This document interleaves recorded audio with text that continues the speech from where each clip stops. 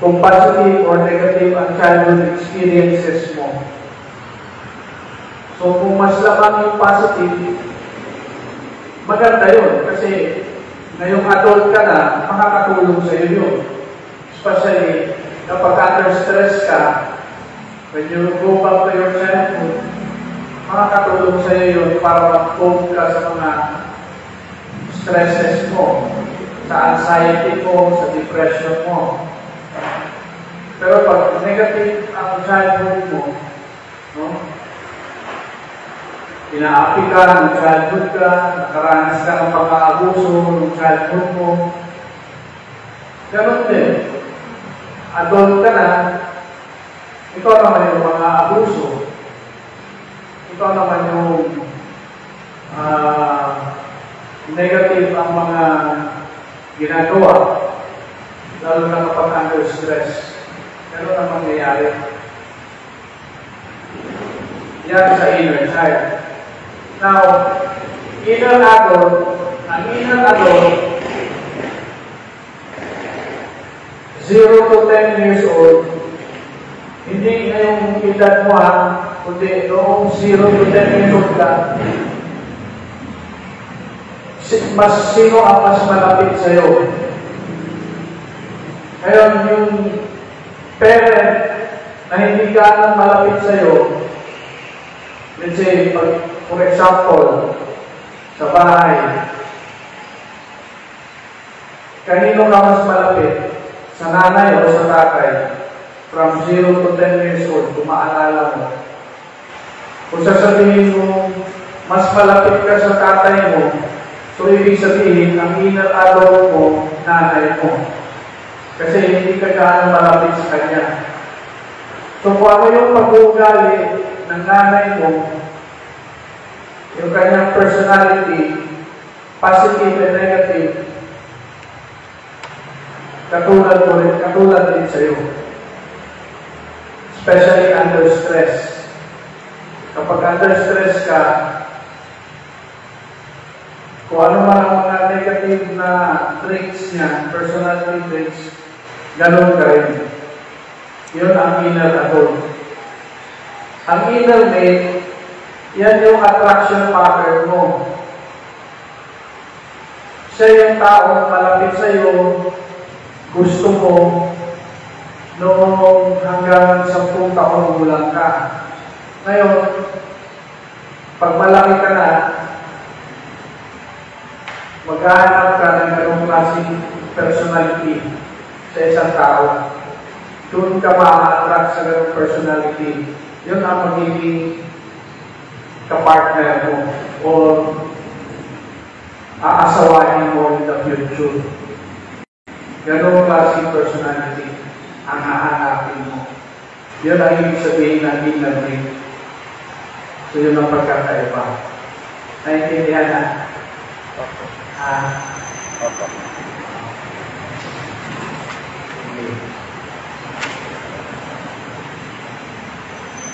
So, punta na tayo sa part 4. Reparenting the inner child. Part 4. So, since we assume na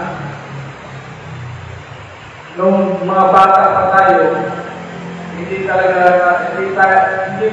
maganda yung pagpapalaki sa akin. No? Dito may tinatawag na reparenting na pwede natin gawin ulit na maging bata. Hindi ibig sabihin pag-isip bata. Kundi maging bata para kung ano yung dapat na ma-repair. No? Ma-repair. Maayos sa ating childhood, maayos natin. Okay? So, undeniable truth. We never truly outgrow our inner child. So, what is the inner child? Originally coined by Carl Jung, psychotherapist ito si Carl Jung, no? The concept of inner child is that we will all carry the memories and experiences of our childhood within us. Totoo naman, hindi na yan mawawala. Whatever memories and experience we have during our childhood, nandiyan na yan sa subconscious mind natin. And it affects us in our adult life.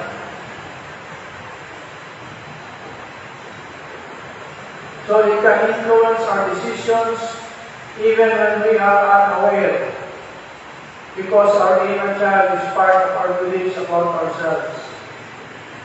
That inner child may need healing and support if it was hurt, neglected, frustrated, or abused during childhood, even if you have masked or hidden it. People often ignore their inner child if they are guilty, if they have felt guilty or not good enough. Yeah. So, pag mayroong negative na childhood experience, para sa kanila, they are not good enough. So, nandun yung guilt feeling. Our inner child may be hidden if we have to pretend our family was happy and healthy, even when it wasn't.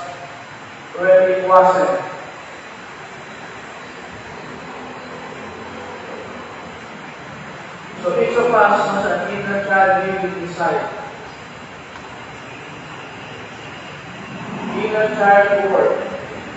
Away from others are things that haven't been meant as children. Involves creating a space where your subconscious is allowed to take the lead. Learning to work with your inner child isn't about becoming childish again. It is about reconnecting with your childlike side. Why is healing of our inner child important? So everyone has wounds from early years of life, both big and small, that impact how we move forward, especially in our adult life. The pain that comes from this early on wounding stays with us well into adulthood, impacting our relationships with ourselves and others.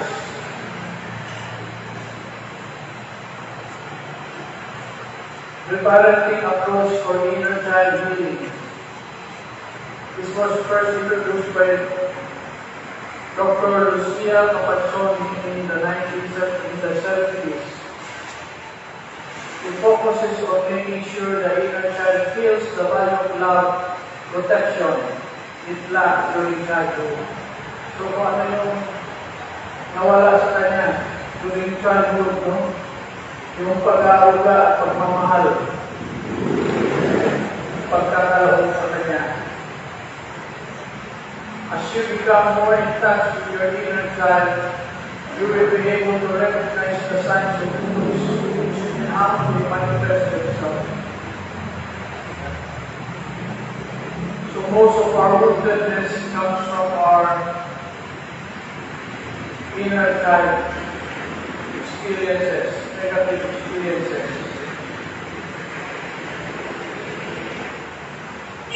What is reparenting? It is the process of growing up for your younger self. Reparenting. It means holding space for them to feel their feelings without being mocked or ignored.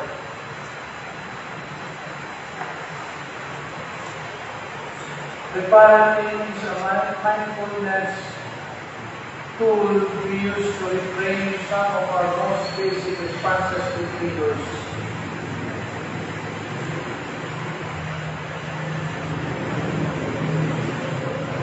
Learning to become our own parent is the only option to overcome bad parenting we received in the past.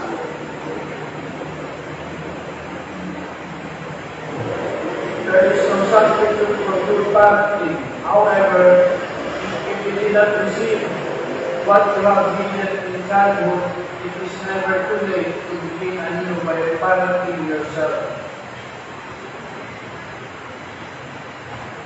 Learning to become our own parent is the only option to overcome bad parenting we received in the past.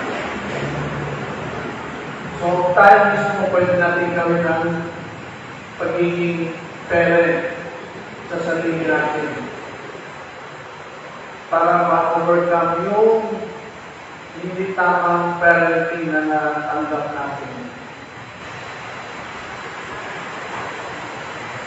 By nurturing and validating this vulnerable aspect of ourselves, we learn to provide it with the love and protection it may have lacked in childhood. Reparenting allows us to break free from the cycle of seeking external validation and instead cultivate a deep sense of self-trust and inner resilience while simultaneously nurturing a healthier and more intimate relationship with others.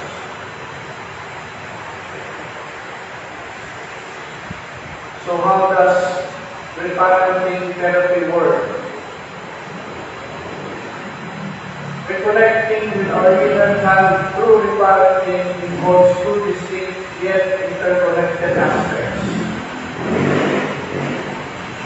First is reclaiming joy and playfulness.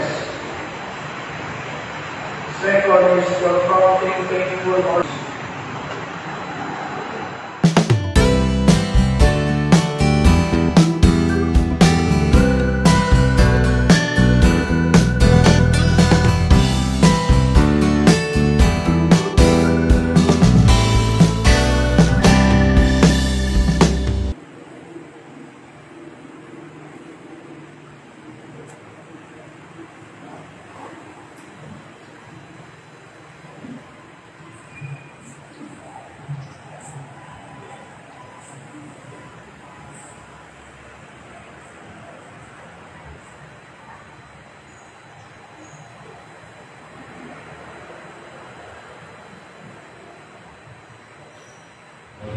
to 15 years ago. And the issue, whether angry or happy, but mostly when I'm angry, I raise my voice. And pero nung halos tumaan yung tagay, parang kasi ito yung attitude niya na pinupupong namin, Loris na nagkakilala ko. Parang hindi niya matanggap na sabi yung pinaan ng mama.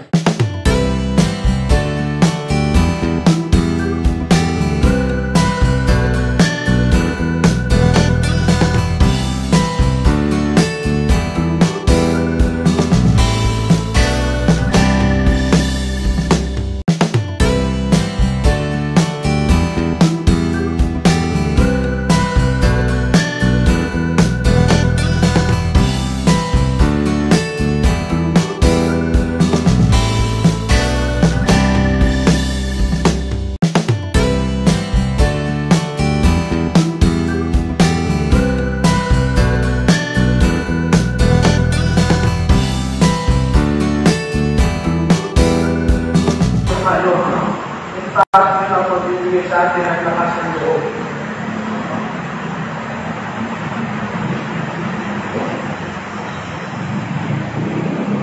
So, ngayon naman, may space ko pa yung paper lang.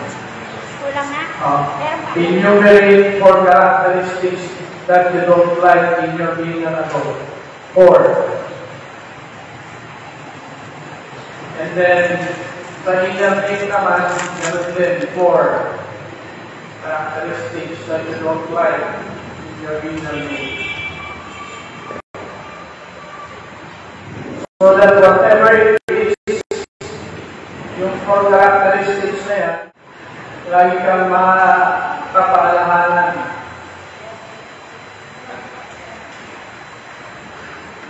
Para maiwasan mo kapag ikaw ay sa iyong kinakanon, under stress, sa Sa inner main kapag nagre-regress ka,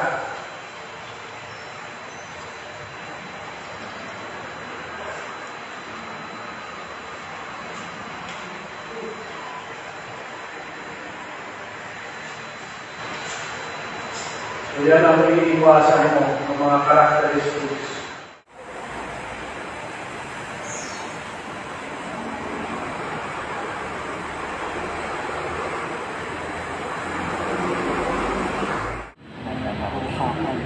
Nanlalamig daw, kuya. So that's where healing starts.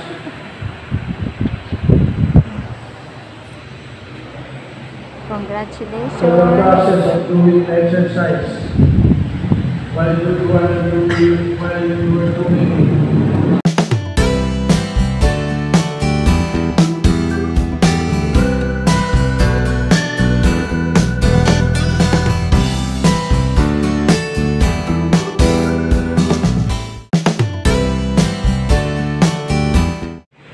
Ang galing ni Kuya Lul. Kasing lang yung buhay. Yun yung inanatol mo. Ano po, Christian po. Pero, ano po ako yun, nagkaroon po nila sa aking hirap po na, sana po ako mag-aral po na, inaan ko po minsan. Ang ito kayo yun, well, po na, pinaka